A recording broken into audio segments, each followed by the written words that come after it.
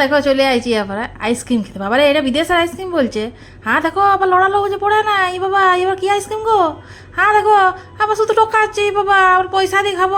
দেখো শুধু ঠকিয়ে যাচ্ছে গো, দিচ্ছে না গো। বাবা রে কিছু গেলো গো, দাও গো দাও গো দাও আইসক্রিমটা দাও গো। দেখো আমার বেটা কাঁদছে গো আইসক্রিম। দেখো কি কেমন বদমাইশ ছেলেরা বাবা রে। দেখো আবার আইসক্রিমটা কেমন ঝুলো আছে, কি করছে।